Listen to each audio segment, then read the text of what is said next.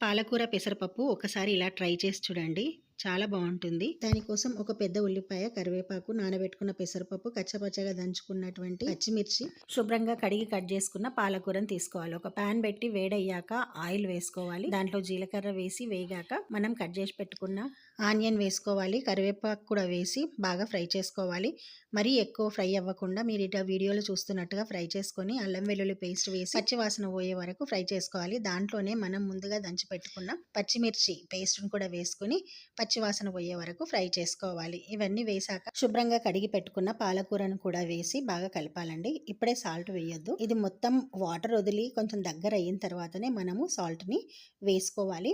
అందులోనూ ఆకుకూరకి చాలా తక్కువ సాల్ట్ పడుతుంది, అది చూసుకోవాలండి. మనము కొంచెం సేపు మగ్గించుకోగానే ఇలా వాటర్ వదిలి దగ్గరికి అయిపోతుంది. ఇప్పుడు దీంట్లో పసుపు, రుచికి సరిపడినంత సాల్ట్ వేసుకోవాలి. సాల్ట్ మాత్రం కొంచెమే వేసుకోవాలి, తగ్గితే మళ్ళీ చివరికి కూడా వేసుకోవచ్చు.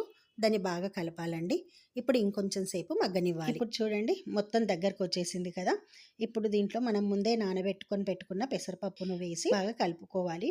ఇప్పుడు దీనిపైన మూత పెట్టి దీన్ని ఒక 3 మినిట్స్ మీడియం ఫ్లేమ్లో బాగా మగ్గనివ్వాలండి. అంతకంటే ఎక్కువ అయితే గనక పెసరపప్పు మొత్తం మెత్తగా అయిపోతుంది, అట్లయితే టేస్ట్ పోతుంది. ఫైనల్గా కొంచెం కొత్తిమీర వేసుకుంటే సరిపోతుంది.